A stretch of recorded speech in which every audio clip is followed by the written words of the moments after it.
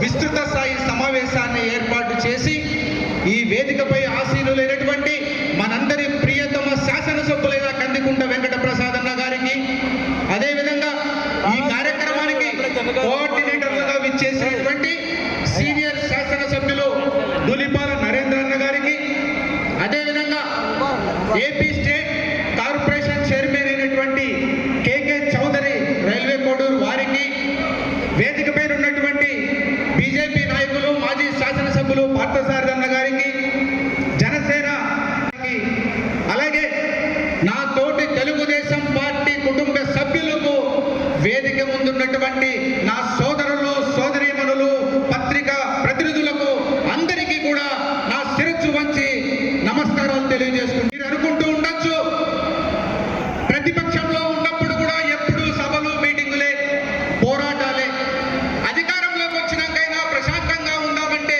ఇప్పుడు కూడా ఏదో ఒక రకమైనటువంటి కార్యక్రమాలు మీటింగులు జరుగుతూనే ఉన్నాయి, ఎంతవరకు మేము పోయి సచ్చేది అనేసి మీరందరూ అనుకుంటా ఉంటారు.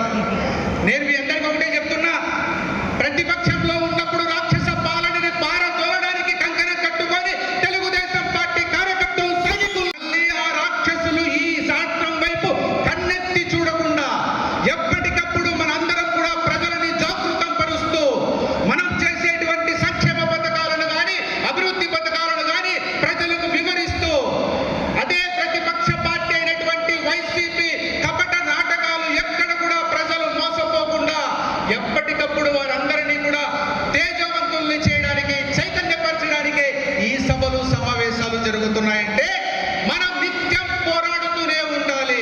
ఎవరి కోసం? రాష్ట్ర ప్రజల కోసం, రాష్ట్ర బాగు కోసం, రాష్ట్ర అభివృద్ధి కోసం.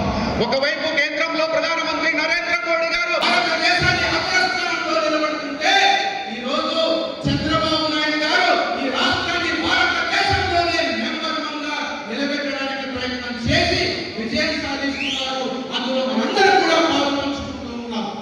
సోదరులారా, మీకు ఒకటే చెప్తున్నా, జనసేన పార్టీ పవన్ కళ్యాణ్ గారు మనకు తోడయ్యారంటే చంద్రబాబు నాయుడు గారి యొక్క మనస్తత్వాన్ని పూర్తిగా అర్థం చేసుకున్నాడు కాబట్టి ఈ రాష్ట్ర అభివృద్ధి ఒక్క చంద్రబాబు నాయుడికే సాధ్యమైనటువంటి ఆలోచనతో మన వైపు ఈ రోజు నడిచి, ఈ రోజు కూటమి ప్రభుత్వం ఒక అన్నదమ్ములలాగా అందరం కలిసి ఈ యొక్క విజయోత్సవ కార్యక్రమాల్లో పాల్పంచుకుంటున్నాం. మీకందరికీ ఒకటే తెలియజేస్తున్నా, ఎప్పటికప్పుడు సభలు సమావేశాలకు వచ్చినప్పుడు టైం పాస్ కోసం కాకుండా వక్తలు ఏం చెప్తున్నారు, అదేవిధంగా రాష్ట్రంలో ఉన్నటువంటి కూటమి ప్రభుత్వం ఏ కార్యక్రమాలు చేస్తుందో మీరు ఎప్పటికప్పుడు తెలుసుకోండి. వాటిని ప్రజలతో ఎప్పటికప్పుడు చర్చించండి, ప్రజలకు తెలియజేస్తూ ఉండండి. వచ్చేటువంటి స్థానిక సంస్థల ఎన్నికల్లో కూడా మనం విజయ కంఠ మోగించాలని మీకు అందరికీ కూడా తెలియజేసుకుంటూ, ఎక్కువ సమయం లేదు.